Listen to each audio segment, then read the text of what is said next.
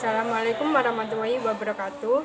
Sebelumnya perkenalkan, nama saya Vita Rahmatus Solihah, NIM 2103211000043. Di sini saya akan menjelaskan sedikit tentang struktur klasifikasi kesesuaian lahan menurut kerangka FAO.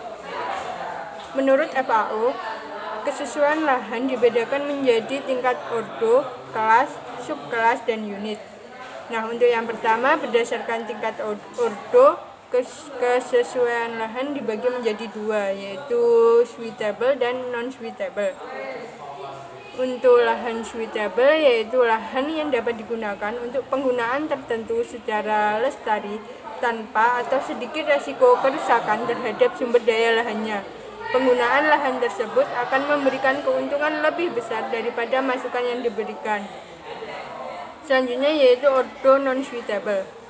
Yang dimaksud yaitu lahan yang mempunyai pembatas demikian rupa sehingga mencegah penggunaan secara lestari untuk suatu tujuan yang direncanakan. Lahan kategori ini yaitu tidak sesuai dengan penggunaan tertentu karena beberapa alasan. Hal ini dapat terjadi karena penggunaan lahan yang diusulkan secara teknis tidak memungkinkan untuk dilaksanakan.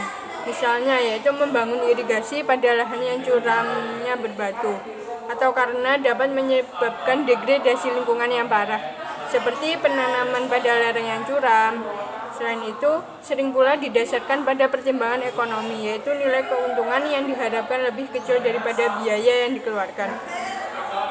Selanjutnya yaitu kesesuaian lahan pada tingkat kelas.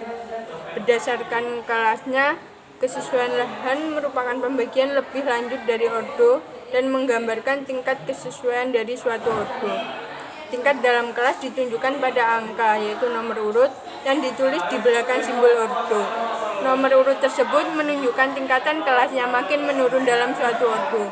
Jumlah kelas yang dianjurkan adalah sebanyak 3 dalam kelas ordo S, yaitu S1, S2, S3, dan 2. Kelas ordo N yaitu ada N1 dan N2. Penjelasan secara kualitatif dan definisi dalam pembagian kelas disajikan dalam uraian berikut. Yang pertama yaitu kelas 1.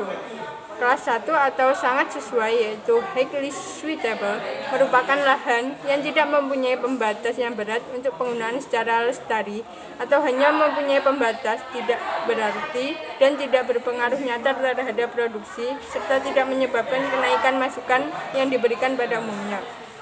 Untuk kelas S2 cukup sesuai atau disebut juga dengan moderately suitable merupakan lahan yang mempunyai pembatas agak berat untuk mempertahankan tingkat pengelolaan yang harus dilakukan.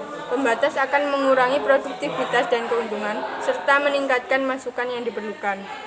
Selanjutnya yaitu kelas S3. Kelas S3 atau sesuai marginal atau biasa disebut dengan marginal suitable merupakan lahan yang mempunyai pembatas yang sangat berat untuk mempertahankan tingkat pengelolaan yang harus dilakukan. Pembatas akan mengurangi produktivitas dan keuntungan. Perlu ditingkatkan masukan yang diperlukan. Selanjutnya yaitu ada kelas N. Yang pertama ada N1 atau tidak sesuai saat ini atau biasa disebut dengan currently not suitable. Merupakan lahan yang mempunyai pembatas yang lebih berat, tapi masih mungkin untuk diatasi. Hanya tidak dapat diperbaiki dengan tingkat pengetahuan sekarang ini dengan biaya yang rasional. Faktor-faktor pembatasnya begitu berat sehingga menghalangi keberhasilan penggunaan lahan yang lestari dalam jangka panjang. Selanjutnya yaitu kelas N2 atau tidak sesuai selamanya atau biasa disebut dengan permanently not suitable.